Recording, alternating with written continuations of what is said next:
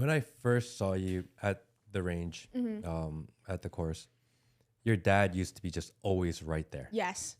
And in that, because I've known you maybe a little bit over a year, year and a half.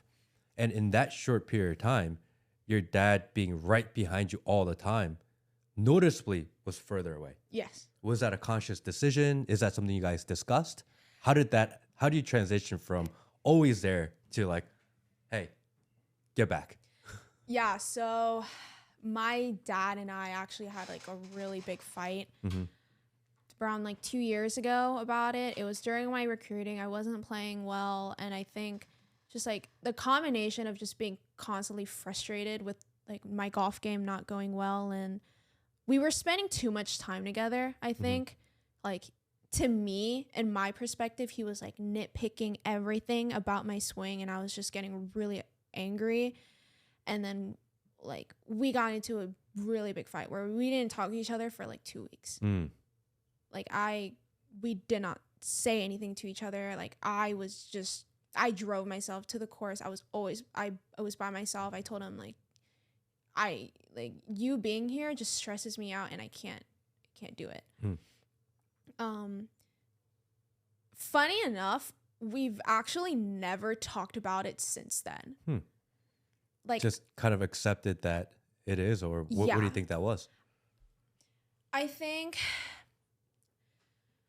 I genuinely don't know what my dad feels about it, like, or how my dad feels about it, because in my from what I remember, my mom would always explain to me how he felt, but I don't know if she ever told him how I felt about it. I'm sure they did.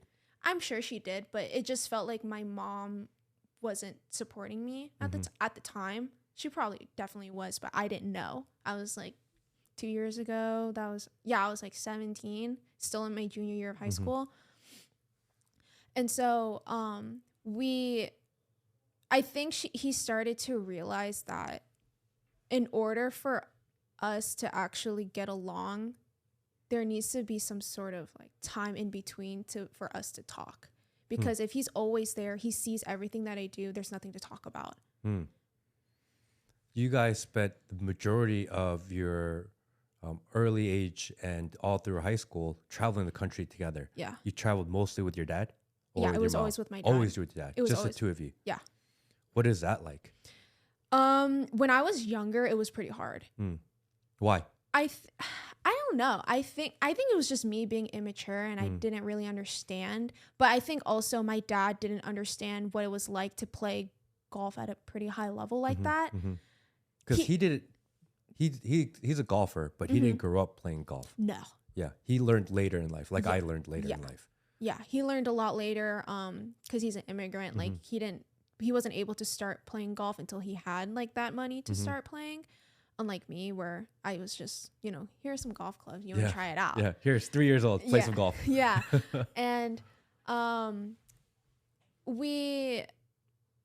it's like we literally, like we were spending all of my time together. Like my dad kind of cut his work schedule in order to come with me to golf tournaments. And that can't be easy either. As a grown man to follow his daughter around and almost give up a lot of what he has to do in his life in order to support your goal and your dream. Yeah. So there's something to that.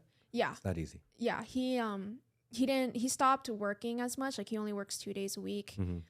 He stopped playing golf so that I was able to play golf. Like to make sure that I was like doing what I was supposed to be doing.